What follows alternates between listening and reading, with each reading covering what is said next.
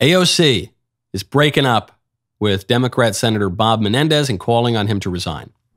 Should he resign? And what do you think of his statement that it has to do with him being a Latino? Well, I think the situation is quite unfortunate, but I do believe that it is in the best interests for Senator Menendez to resign in this moment. As you mentioned, consistency matters. It shouldn't matter whether it's a Republican or a Democrat. The details in this indictment are extremely serious. They involve the nature of not just his, but all of our seats in Congress. And while, as a Latina, there are absolutely ways in which there is systemic bias, but I think what is here in this indictment is quite clear.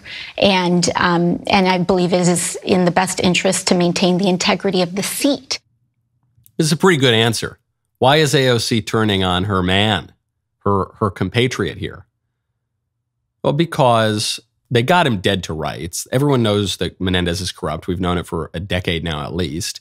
And because New Jersey is safe, so they'll just appoint some other Democrat there who's probably going to be better, who's probably going to be closer to the AOC line of thinking. Bob Menendez is not the most far-left radical in the Senate, and who's probably going to be younger, who's going to be there for longer. So it's a simple calculation if you're AOC. In politics, you got to know when to hold them, know when to fold them, know when to walk away, know when to run. And Bob Menendez is just totally toxic. Here's Menendez's excuse. The feds catch him with $480,000 in cash stashed around his house and stuffed into the pockets of his clothing in envelopes. They didn't even take it out of the envelopes from the bribes. They find bars of gold. I mean, they find bribes. And his excuse is this. For 30 years, I have withdrawn thousands of dollars in cash from my personal savings account, which I've kept for emergencies. And because of the history of my family facing confiscation in Cuba. Now, this may seem old-fashioned, but these were monies drawn from my personal savings account based on the income that I have lawfully derived over those 30 years. I look forward to addressing other issues at trial. It's probably the best he could have come up with, but this is so preposterous. He's saying, look, he's saying the same excuse that he said right away. Right away when they caught him, he said, look, they're just coming after me because I'm Latino. I didn't even know Bob Menendez was Latino. I know he has a Hispanic last name, but you look at him, he just looks like an ordinary white guy. He looks like every mildly Italian man that I know from the tri-state area.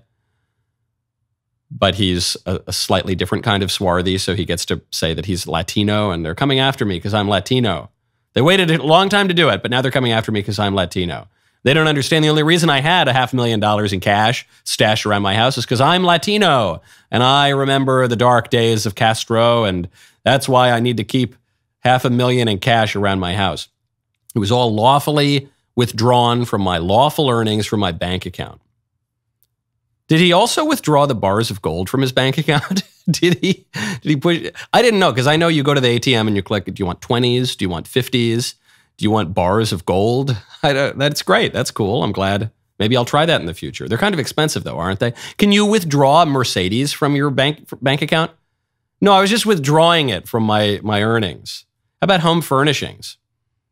How about mortgage payments? Can you withdraw? You could withdraw those from your bank account, but that would come from your bank account, not someone else's. When the investigators went around this guy's house, they found on the envelopes of the bribes, they found the fingerprints of the crooked businessmen who bribed him. They have got this guy completely dead to rights. And the proof that they got him dead to rights is Menendez just hired a lawyer to defend him. And the lawyer he hired is the same lawyer that Hunter Biden hired.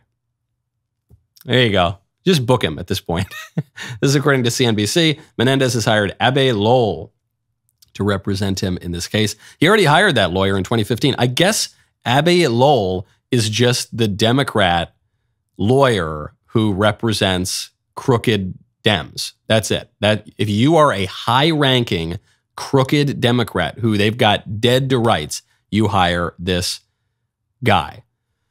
And yet, according to experts, the evidence in this case is much, much stronger than was in the 15 case. So Democrats are going to flee. Probably he'll have to resign. Right now, text Knowles to 989898. Vladimir Putin called the U.S. dollar's drop in dominance objective and irreversible as Brazil, Russia, India, China, and South Africa formally agreed to use local currencies in trade instead of the U.S. dollar.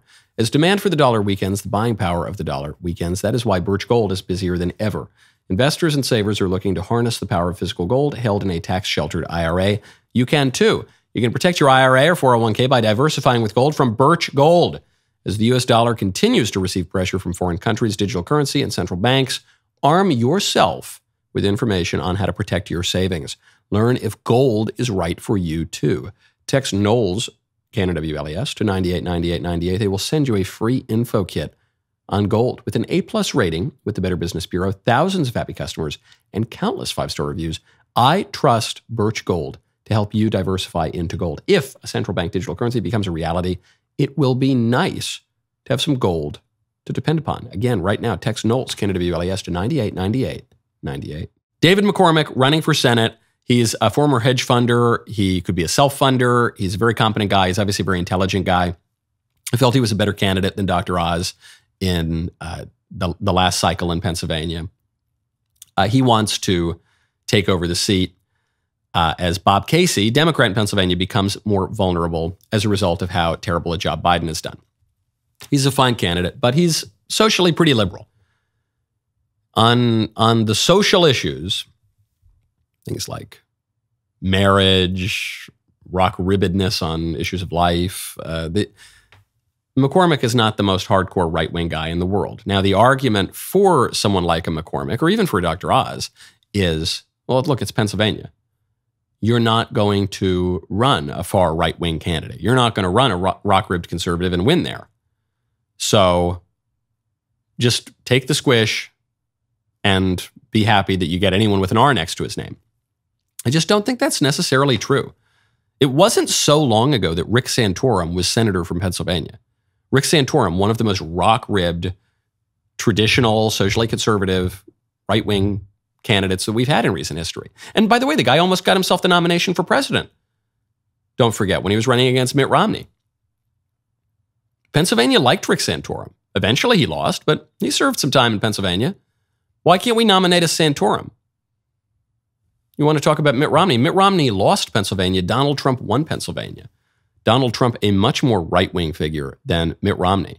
Are we really so convinced that to win Pennsylvania, you need to have some meek and mild, totally acceptable to the liberal mainstream kind of candidate? I'm not convinced of that at all. It's the Rust Belt, baby.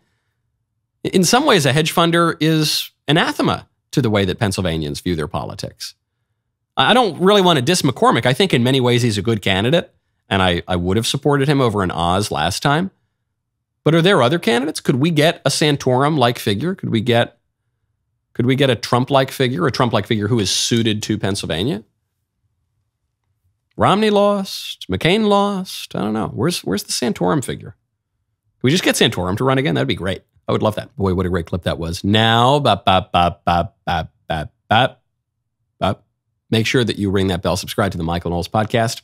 We'll see you next time.